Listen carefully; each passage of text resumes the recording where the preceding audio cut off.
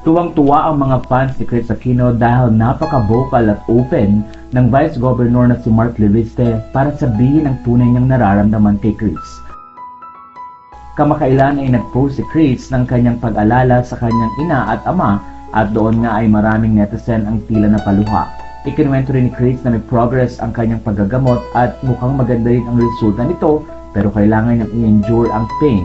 Pero dahil na rin sa suporta ng kanyang mga anak pati na rin ni Mark Leviste, marami ang natutuwa dahil nakakita na daw si Chris ng taong magmamahal talaga dito at kahit nga magkalayo ang dalawa ay nandoon ang suporta ni Mark Leviste. Narito ang mensahe ni Mark na talaga namang nagpakilig sa mga netizen. Ayon kay Mark, "Kids and I will always be by your side, for better or worse, for richer or poorer, in sickness and in health, to love and to cherish forever."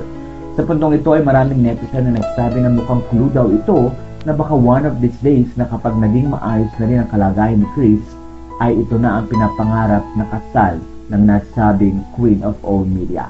Hindi man sinabi ni Chris ang mga dapat malaman ng tao dahil nakapos ang kanilang relationship ngayon, pero marami ang natutuwa dahil hindi talaga tumitigil si Mark Leviste at kitang-kita ang pagiging consistent ito sa kanyang care kay Chris Aquino, kasama na nga doon ang mga anak ni Chris na si Bimby at Joshua.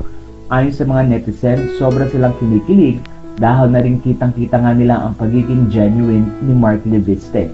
Sabi ng isang netizen, "Sana may ganito ding lalaki sa akin, kung mag-alaga wagas, when kaya. Sana po madami pang lalaki tulad niyo, Gold." Sabi naman ng isa, "I feel so kilig. Ang ganda ng words, wala na akong masabi." Sa puntong ito ay suportado ng mga netizen ang love na meron si Mark Leviste kay Chris Aquino. Ito rin ang sinasabi nila na mukhang nagbibigay ng lakas kay Chris para magpatuloy ito. Kaya naman patuloy na inaabangan ng mga netizen ang kanilang kilig moment at kung ano pa nga ang mga susunod na pasabog ni Mark Leviste tungkol sa relasyon nila ni Chris Aquino.